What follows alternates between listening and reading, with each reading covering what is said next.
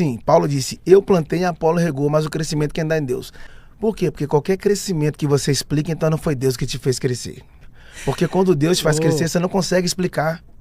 Porque a geografia de Deus é diferente da sua. E às vezes o lugar onde você quer crescer, Deus te diminui. E os lugares onde você diminui, Deus te faz crescer. Deus faz crescer. Então assim, Paulo disse, eu plantei, Apolo regou, mas o crescimento quem dá em Deus. A partida da semente ser liberada é de um. A partir de regar a semente é do outro. Mas o papel de fazer crescer não é meu. É dele. E é engraçado, a semente tem que descer, a água tem que descer para a árvore subir. Então tem gente querendo subir, mas ainda não aprendeu a Descer. Porque é descendo que sobe. Toda subida, ela sempre vai ser oriunda de uma descida. Ué.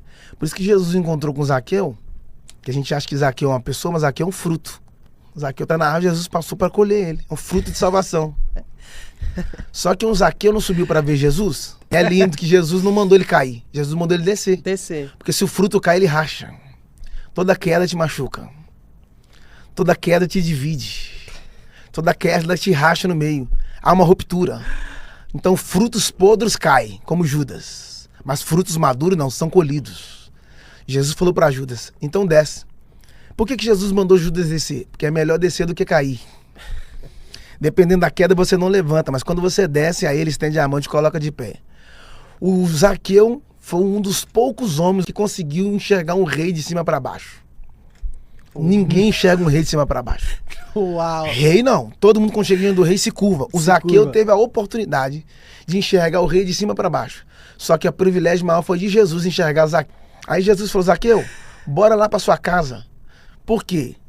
Para ver Jesus ele teve que subir. Sim. Mas para receber Jesus teve que descer. Talvez as pessoas aprendessem a subir. Que é melhor você aprender descendo do que aprender caindo? Porque quando você desce com um propósito. Yes. Mas quando você cai por uma proposta.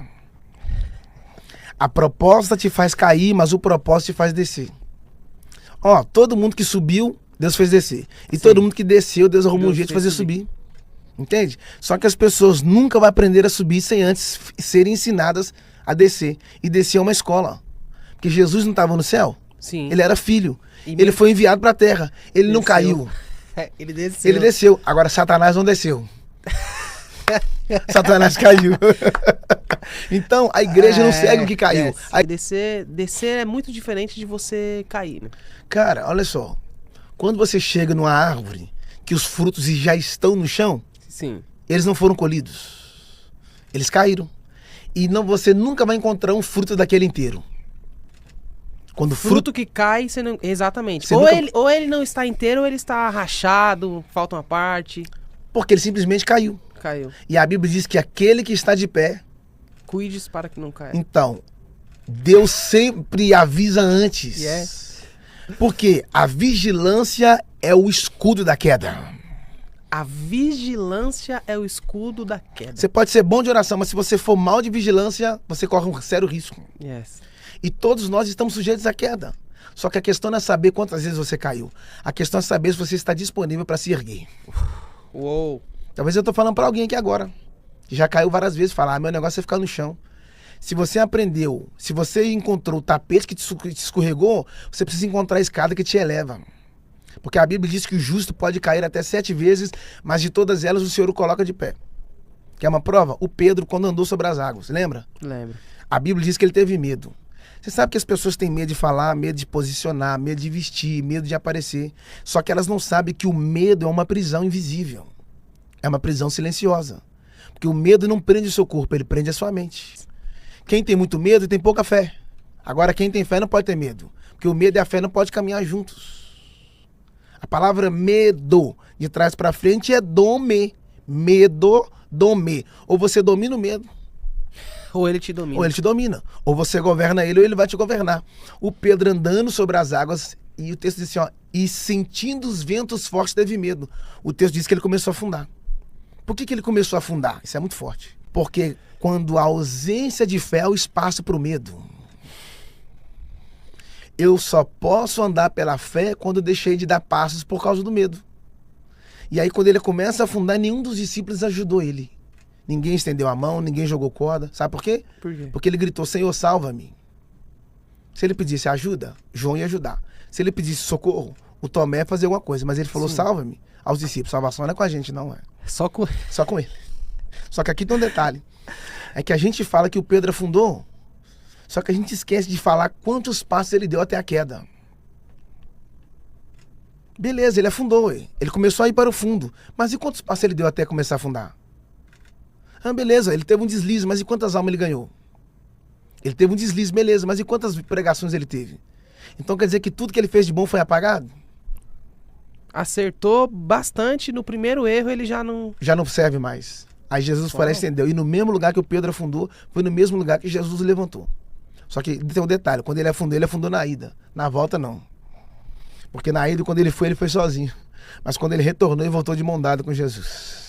As pessoas estão prontas para desfrutar da sua espiritualidade, mas elas não estão preparadas para conviver com a sua humanidade. Com a sua humanidade. Eles querem desfrutar da sua espiritualidade, mas não querem conviver com a sua humanidade. O dia que você está estressado, o dia que você está nervoso, porque você não é anjo, você está na esfera humana. Sim. E aí que tá. Elas querem desfrutar do pastor, mas não querem desfrutar do homem, Jackson.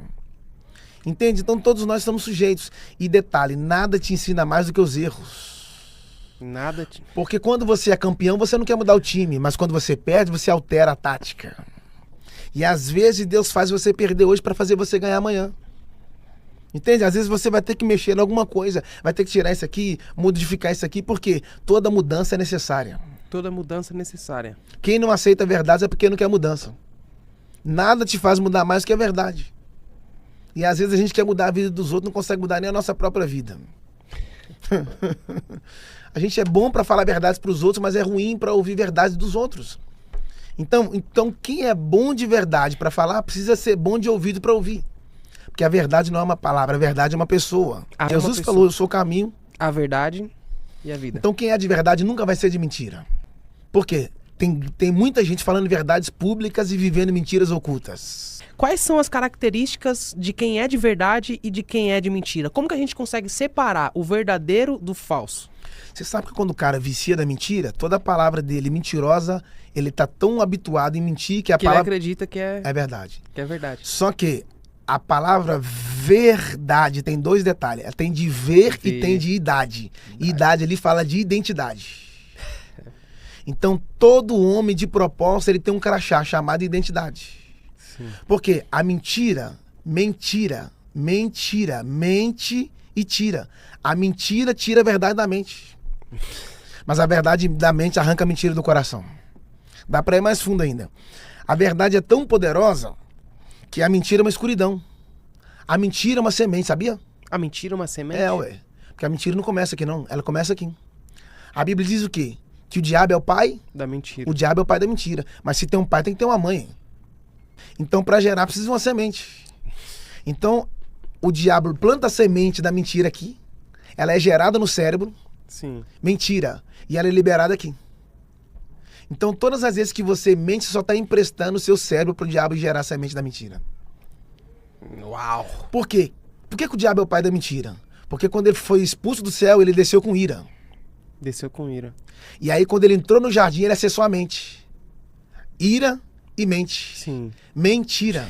Entendeu? Então ele veio e colocou essa semente para gerar na mente do homem, e aí o homem começa a falar mentiras, porque a mente foi gerada, foi o útero que gerou a semente. Agora a verdade não. O tempo sempre traz a resposta de quem anda na verdade. A verdade é libertadora, irmão. Conhecereis a verdade vos libertará. Por que não foi liberto? Porque faltou conhecimento, faltou verdade. Entende? Então eu prefiro estar com uma pessoa da verdade do que estar com milhões de pessoas da mentira. Que nem todo mundo que está perto está dentro. Vai ter pessoas que vai te beijar, mas não é de verdade. Vai ter pessoas que vai te abraçar, mas não é de verdade. Vai ter pessoas que vai estar do seu lado, mas não é de verdade. É de mentira. E quem é de mentira não permanece.